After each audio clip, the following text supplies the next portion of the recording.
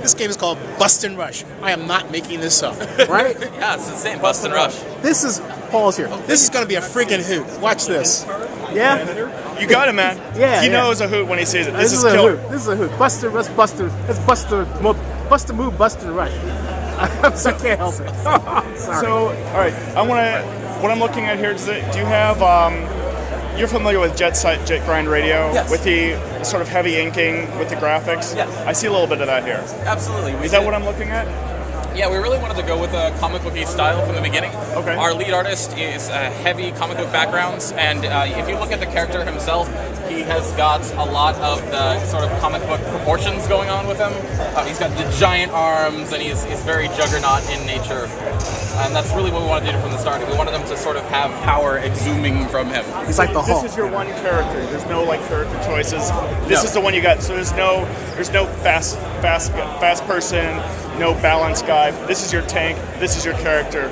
He's a juggernaut. Exactly, and that was actually the idea from the beginning, is that we wanted the player to feel extremely powerful. We thought that the idea of running through an object was really sweet. Like, we originally used a shattering system where we ran through it, and everyone in the office was like, oh, that's awesome, like, it's really sweet. And so we ended up building a bunch of different objects that did that, and we built a game on top of that concept and just sort of went from there. Killer. Okay. Give us a sense I've got to ask, because I see there's a lot of, running, jumping, dodging. Yes. So it's like a platformer from a third-person point of view. Yes. How long is the game content, front to back, and give me a sense for the kind of variety you'll see in the levels. Okay. So front to back, if it's your first time playing through, it's probably going to take you somewhere along the lines of maybe 5 hours or so to complete. Okay. I forgot that. That's no problem. And so, to go through some of the things that change throughout the levels, the first world, where we have 3 of them, is more of a mine setting. It's more of like a traditional runner setting where there's one thing you're trying to avoid, one thing that you're trying to hit. We're really trying to teach the player what they're going to do and why, and get them sort of used to the controls.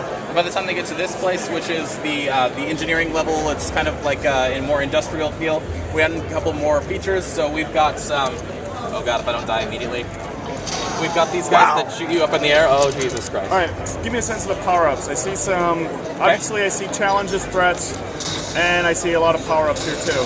Definitely. All so right. we have scorbs, which are these blue guys that just give you score multiplier.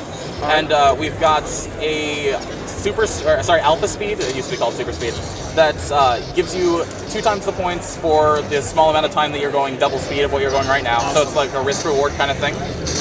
We've got Ultra Bust, which turns indestructibles in front of you into bustables. So it's a whole bunch of extra points. And then we've got a Super Scorb that if you are able to hit it, and it's usually in a very difficult position, it spawns a whole bunch of Scorbs around it, so you can get a whole bunch of extra score at once. If you look at this hard, it's like being on an acid trip, man. Wow. It is. It's very incredibly fast, very trippy. You gotta have some. It's you know what? If there was music to this would remind me a lot of Guitar Hero. In a way, just like seeing the colors shifting, exactly. the lines left. It's just obviously there's a few more threats. And Music and a big fat bomb, not to encourage drug use. I'm just saying. My God, man. It is no, but this is definitely you got to be on your A game for this one. Absolutely. Is this a challenge? Would you say this is a very challenging game, or is this like for the hardcore? Can anyone just jump in? Okay, so the newer version of the game, the 1.1 version that we put in, is absolutely accessible to pretty much anyone. The original version was very masocore, like it was absolutely like a one and done, you get hit once and you die sort of thing that really only appealed to more core gamers, which was difficult because in the office, that's pretty much all of us. So we thought it was great, but then we had the CEO come in, and he specifically requested we put in this health system, and it makes it a lot easier to get into. It's a lot more forgiving. It allows you to learn a lot from the game as it goes by. So yeah, I'd say it's actually definitely accessible now. But it definitely does require you to have a lot of Twitch skills. It develops those skills, which is nice, like if you don't already have them. And we wanted to give a platform for the players to just not have the game get in their way and to really just enjoy a good Twitch experience. Hey, when is it coming out? This 1.1 version, we are still looking for publishers right now, so hopefully very soon. Folks, check this game out. It's quite good. Thanks. Hey, thanks a lot. No problem.